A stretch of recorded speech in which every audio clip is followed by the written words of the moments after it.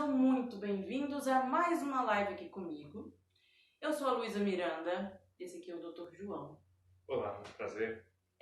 Hoje, para finalizar o mês de outubro de uma forma muito melhor, de uma forma cheia de conhecimentos novos, ele está aqui para colaborar muito com o conceito que a gente tem sobre câncer de mama. A Aline foi minha última convidada desse mês e ela trouxe um pouquinho da vivência dela em relação ao câncer de mama. E aí o Dr. João está aqui para esclarecer, né? Porque câncer é uma coisa que dá muito medo na gente, né? De uma forma geral, assim. Ah, com certeza. Então vamos começar pelo começo. O que é o câncer? Explica aí um pouquinho pra gente. Bom, para quem não me conhece, sou o Dr. João Serafim, sou médico ginecologista. Em primeiro lugar, queria parabenizar os outros ginecologistas pelo dia do ginecologista Olha aí, hoje. parabéns, coisa boa. E basicamente, respondendo ao que você perguntou, né? O que é o câncer? O câncer, na verdade, é uma reprodução anormal de células, né? Toda célula do nosso corpo ela é programada para se reproduzir e morrer em um certo ponto. E quando essas células deixam de morrer e começam a se produzir em demasia, isso aí vai gerar um problema local. E esse problema é o início de um câncer. Tá? Então, na verdade, o câncer é uma imortalidade celular, né? Porém, essa imortalidade celular é um problema porque essas células vão começar a desequilibrar o organismo onde elas habitam. E aí começam a desenvolver uma série de complicações. Tá? O que pode levar ao câncer? Desde fatores genéticos, como mutações, né? Que às vezes a pessoa já nasce com um gene defeituoso que vai gerar aí algum tipo de distúrbio nessa proliferação. Ou também fatores externos. Como a gente sabe que o cigarro aumenta alguns tipos de cânceres, a bebida alcoólica aumenta alguns tipos de cânceres, a obesidade aumenta alguns tipos de cânceres, né? E alguns vírus também podem aumentar alguns tipos de cânceres. Tá? Então, o câncer, basicamente, é uma doença que é proliferativa, são células que se proliferam, né? Deformando a arquitetura de um órgão e comprometendo sua função. E como é que é lidar com isso no seu consultório, assim? Como é que é identificar uma paciente, um tipo de câncer, levar isso para ela? Como é que funciona isso? Bom, o rastreamento do câncer, né? Isso aí a gente que é ginecologista está bem acostumado a lidar com isso. Afinal de contas, existem campanhas que incentivam o rastreamento, né? Não apenas do câncer de mama, mas do câncer ginecológico como um todo e outros tipos de cânceres. O Outubro Rosa, na verdade, que é o mês que estamos, é um mês um pouco mais, onde fica um pouco mais evidenciada a preocupação sobre o câncer de mama, né? O que é rastrear o câncer? Né? Fazer alguns exames que podem demonstrar para a gente anormalidades que levarão ou não, né, ao desenvolvimento de tumores. Tá? Então, quando a gente busca o rastreamento do câncer, na verdade, o que a gente está tentando fazer é detectá-lo na forma mais precoce possível. Porque quanto maior a precocidade da detecção, melhor a nossa chance de tratamento. Né? Então, essa é a importância do rastreamento, né, e a detecção precoce dessas doenças. E como é que é isso em relação à idade, assim? Com que idade a mulher e o homem, né, também tem câncer de mama, isso é muito importante dizer também. Como é que é? Com que idade a gente pode começar a investigar esse tipo de questão? Bom, o rastreamento para a população de baixo risco, né? População de baixo risco são aquelas pessoas que não têm anormalidades genéticas conhecidas, nenhum outro fator determinante, como parente de primeiro grau. Primeiro grau a gente considera mãe, irmã, tia de primeiro grau, né? Que tenha já tido algum câncer. Ou seja, se não tem nada disso na família, né? Ou seja, população de baixo risco, normalmente para o início do rastreamento a gente considera a idade de 40 anos, né, propondo o exame de mamografia. Tá? O homem pode sim... O que é essa mamografia? Mamografia... Básico, tá, gente? Conceitos básicos. A mamografia é um exame radiológico, é um exame de imagem que a mulher faz, aonde é feita a compressão da mama e nessa compressão é feito como um raio-x. E esse raio-x pode detectar algumas anormalidades, como calcificações ou nódulos, que às vezes não são nem palpáveis pelo médico no exame físico, ou pela própria mulher no autoexame. Então, a mamografia ainda é a forma mais acessível e eficaz de rastreamento para a população de baixo risco. No caso, assim, se a pessoa ela perceber que talvez ela tenha alguma coisa, ou vocês, ela pode fazer essa mamografia mesmo que ela não tenha essa idade de 40 anos? A mamografia, a gente normalmente indica para mulheres acima de 40 anos porque existe uma coisa chamada densidade mamária. A mama da mulher mais jovem, normalmente ela é muito densa, ela é uma mama mais firme, evidentemente, menos gorda, né, menos lipossubstituída, que a gente fala, ela tem menos tecido gorduroso, e portanto a mamografia às vezes pode não ser o exame de escolha para mulheres com mamas muito densas. Então, a indicação não é sair fazendo, eu acho que estou com um nódulo aqui, eu vou sair fazendo independente da idade. Não, normalmente não é assim. Via de regra, se é um nódulo palpável, a gente tem outras formas, inclusive, de investigá-lo, né? Ecografia mamária, ressonância magnética, ou às vezes até alguma punção ou biópsia já baseado na palpação do médico assistente. Entendi. E assim, como é que é para você quando também chega no consultório isso? Tem uma frequência? Você percebe assim, a falta de cuidado com a mulher em relação a essa saúde também? Basicamente, a mulher ela se preocupa mais com a saúde do que o homem.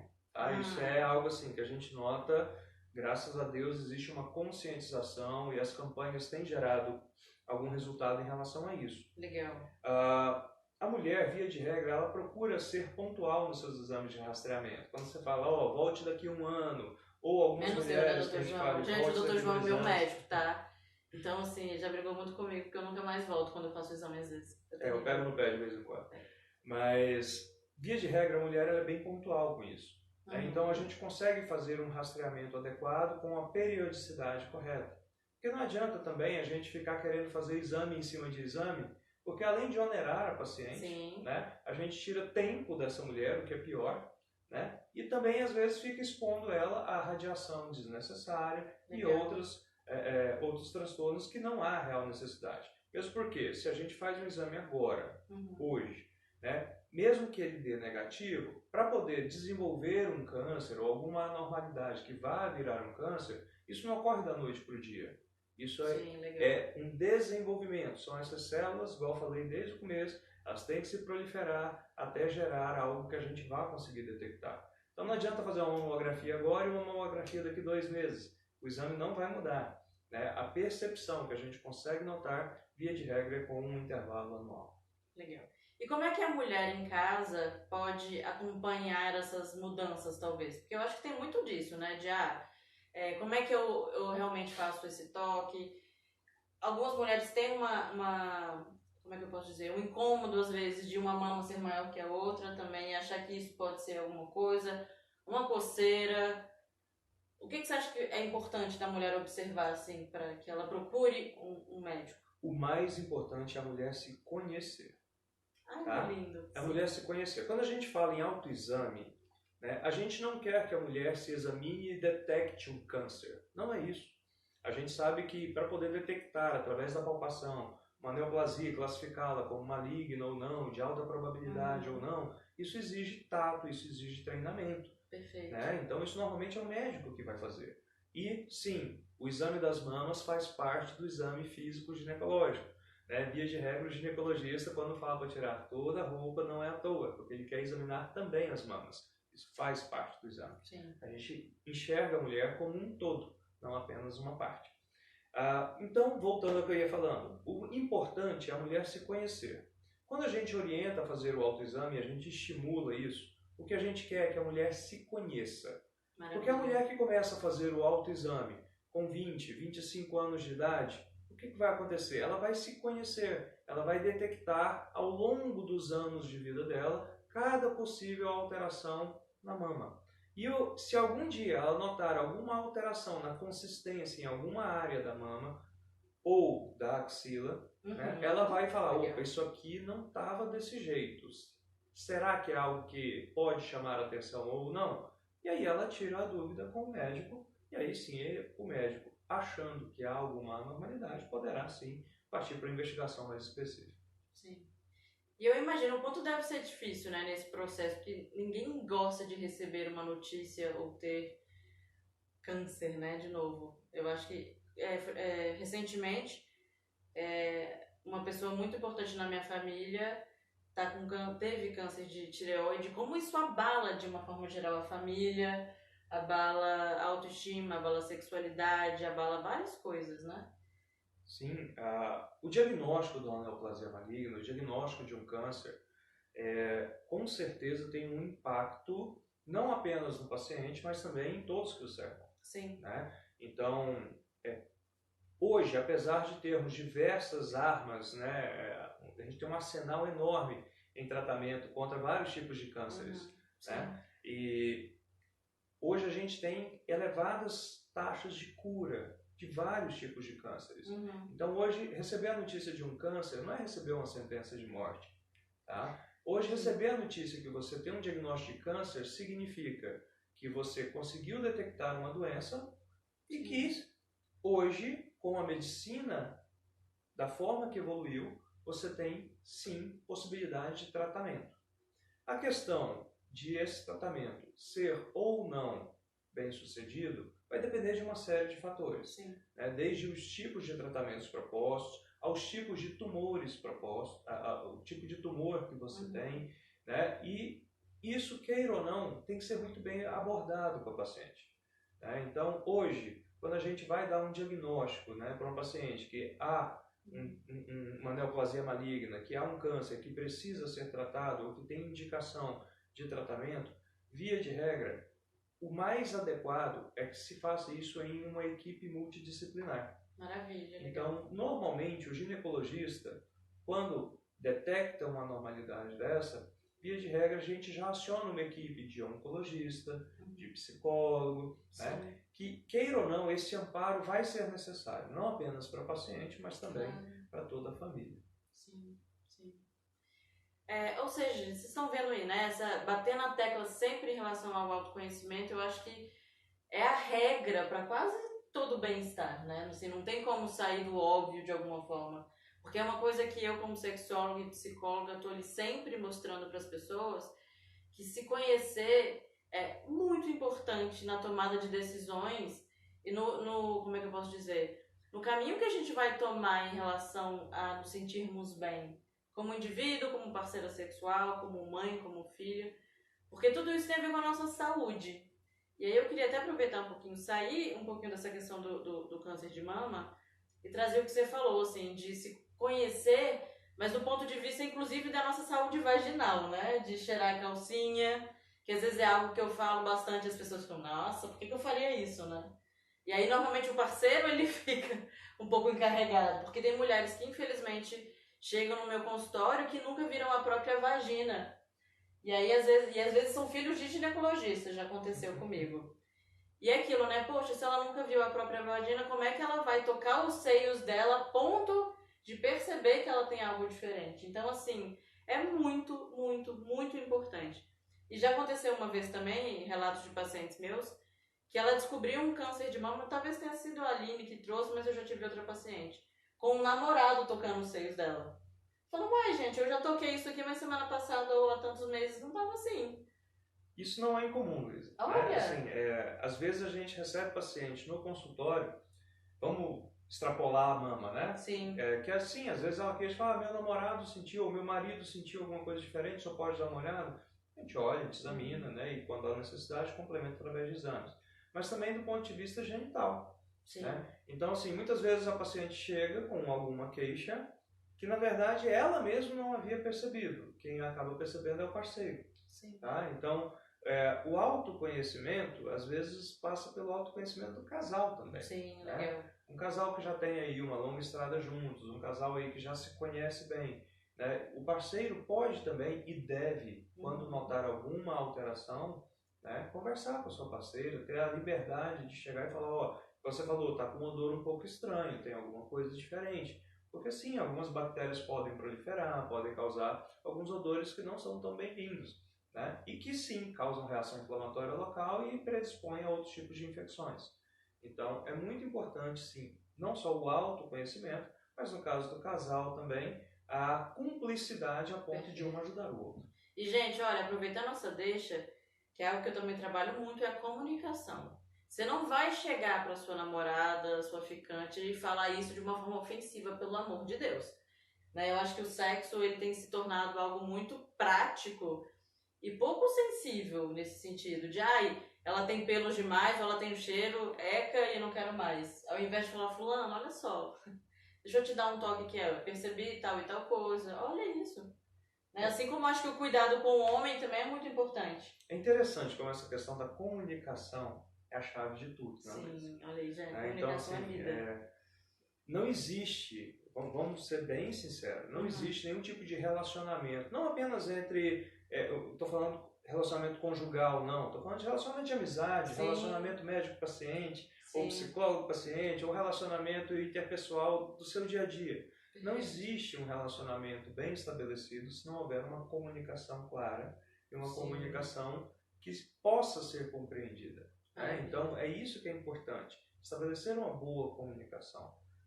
Para o casal, isso é fenomenal. Isso aí eu acho que é o passo primordial para qualquer tipo de relação dar certo.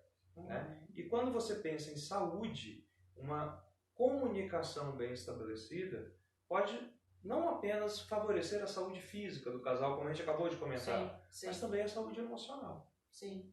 E lembrando, gente, que, de novo, é uma tecla assim, que eu bato sempre, eu acho que você também. Cuidar da sexualidade, de uma forma geral, é cuidar da saúde da família. Porque se eu não me sinto confortável com aquilo que está acontecendo na minha vida, eu vou me fechar, eu vou ficar angustiada, eu vou me autocobrar excessivamente. E o meu parceiro, ele vai ser afetado, o meu filho, principalmente, às vezes, vai ser afetado de uma forma ou de outra. Então, muito do processo terapêutico também, em parceria com médicos e outros profissionais, é para trazer isso de uma forma mais tranquila. Não necessariamente leve, porque eu acho que algumas questões nunca vão ser leves. Mas a gente precisa encará-las de uma forma mais sábia, talvez. Não sei se é essa a palavra. E lembrar que não é só você que está naquilo, né? É um conjunto de outras pessoas, é o seu trabalho, é a sua vida. E que a gente tem sim que tomar cuidado. E aí, lembrando de uma coisa que eu acho que é muito importante, que só tem doença que faz exame, né? Mais ou menos.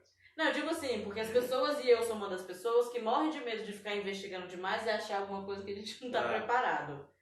E aí a gente usa esse ditado muito por conta disso, de se eu não fui no médico, eu tô super saudável. E aí, como é que isso também pode ser um problema futuro, né? Existem exames que podem e devem ser feitos em alguns momentos muito oportunos da vida. Fazer exame demais também, isso aí não vai ajudar ninguém a chegar a lugar nenhum. Mais atrapalha do que ajuda. Haja dinheiro e tempo também, né? Haja dinheiro, haja tempo, haja disponibilidade, né? Então, assim, haja saúde emocional para ficar lidando com a expectativa de pegar um exame, senhor, gente. Existem exames que são bem propostos e, quando bem propostos, devem ser realizados. A gente já falou, por exemplo, a respeito da mamografia na população de baixo risco. Aquela paciente que nunca teve ninguém na família, que não tem nenhum histórico de alteração de mutação genética, de nada disso.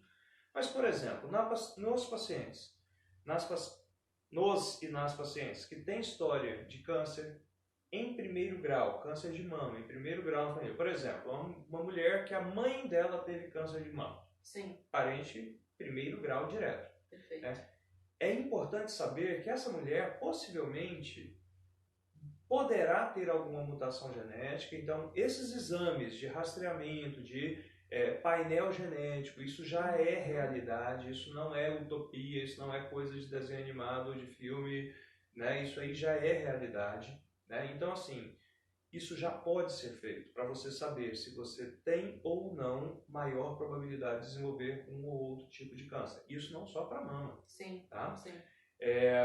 E além disso, mesmo que fala, poxa, mas eu não tenho condição de fazer esse exame, esse é um exame que meu plano não cobre, às vezes é um exame um pouco mais caro, mas minha mãe teve câncer de mama e eu estou preocupada. Qual que é a possibilidade disso aí poder me afetar? Eu tenho que começar a rastrear antes, fazer algum exame mais específico? Sim, normalmente quando a gente tem uma linhagem direta genética, por exemplo, se a mãe teve câncer de mama aos 45 anos, normalmente a gente faz a primeira mamografia dessa paciente aos 35, 10 anos antes da incidência do câncer ter aparecido no parente de primeiro grau. Então, isso aí, lógico, a gente individualiza cada paciente. Por isso que é importante, ao invés de simplesmente sair fazendo exame, se expondo à radiação de qualquer forma, você procurar o seu médico, conversar, e o seu médico vai saber identificar se você pertence a uma população de risco aumentado ou não. E aí sim indicar o método de rastreamento adequado. Isso para câncer de mama, isso para câncer de colo de útero, isso para câncer de ovário, né, câncer de intestino. Então, tem-se as formas corretas de rastrear cada doença. Sim, maravilhoso. Gente, estamos cheios de dúvidas. Vai todo mundo correr para fazer exame amanhã, que eu imagino. Eu acho que sim, a gente tem que levar muito a sério a questão da nossa saúde, porque eu percebo muito assim, hoje a gente quer ser pessoas ótimas, mas sem ter que fazer nada para ser uma pessoa ótima, ou ser uma pessoa saudável emocionalmente, né? A pílula mágica não existe, Exato. né? Então, assim, tudo que a gente obtém em relação à nossa saúde, aos cuidados com a gente, é a gente que tem que plantar, né? Perfeito. Tu te tornas eternamente responsável por aquilo que cativas. Então, queira ou não, a gente é responsável pela nossa saúde. Não é o governo que é responsável, não é o Papa que é responsável, não é o vizinho que é responsável. Perfeito. Quem é responsável pela sua saúde é o indivíduo. Sim. É ele que tem que querer ir atrás. Não adianta nada o governo oferecer, por exemplo, vamos ser honestos, as campanhas são muito boas, oferecem mamografia, oferecem exames de rastreamento, mas adianta oferecer tudo isso se a mulher não for atrás? Sim. Se ela não se der o trabalho de falar, não, eu vou sair de casa hoje para fazer o meu exame de rastreamento. Por mim, né? Isso deve ser feito. Sim. E mesmo porque, quando você detecta, você falou a respeito do medo de detectar uma doença, alguma coisa, então não vou fazer exame, que aí é bom que eu não fique sabendo. Mas quando você detecta uma doença logo no começo, a chance de você ter sucesso, ter um êxito nesse tratamento é muito grande.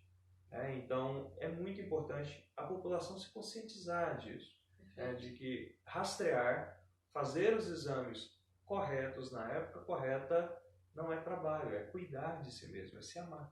Sim, perfeito. E aí, só pra gente já encerrar, eu queria muito essa sua fala pra mim, assim, evitem procurar um profissional quando vocês já estão no fundo do poço, ou que o problema já está muito avançado. Porque aí, de uma forma geral, as pessoas querem o resultado ainda mais rápido, mas como mais cedo você buscar um profissional, isso vale muito para mim, mais fácil fica de você desenvolver habilidades, de você buscar ajuda, de você estar ainda emocionalmente não tão abalado para ter forças para lidar com aquilo, né? Porque é muito comum os pacientes chegam aqui, Luiz, eu tô com um problema há 4 anos, eu fico, então, deixa eu te contar uma coisa. Por que não um ano ou 6 meses, ou aconteceu 2 vezes? Né? Então, assim, a gente tem que tomar muito cuidado e levar tudo isso muito a sério, porque na nossa saúde a gente não pode brincar. De jeito nenhum. Né? E aí, para finalizar, eu queria que você deixasse aí para os nossos ouvintes e nossos livantes, como eu dizia na rádio, qual a dica que você dá em relação a isso, em relação à saúde, em relação à saúde sexual, de uma forma geral? O que você deixa aí para eles? Bom, só pegando um gancho que você falou da saúde sexual. Claro. Paciente oncológica, tá? Tem vida sexual. Paciente oncológica. Olha, maravilhoso. Bom ponto. Pode sim ter uma vida plena sexual. Câncer de mama, e possivelmente tem alguma mulher que às vezes já fez tratamento de câncer de mama que está nos assistindo. O câncer de mama, a gente sabe que o tratamento em si muitas vezes bloqueia a parte hormonal, mexe com a lubrificação genital, mexe piorando uma série de fatores. E às vezes essa mulher não pode usar hormônio devido ao tipo de câncer que teve. Sim. Mas conversem com seus médicos, né? Falem, abordem o assunto, porque vocês podem sim ser submetidas a procedimentos ou tratamentos, não apenas médicos, mas psicoterapêuticos, fisioterapêuticos, né, que vão sim otimizar e você pode voltar a ter uma vida sexual satisfatória. Tá?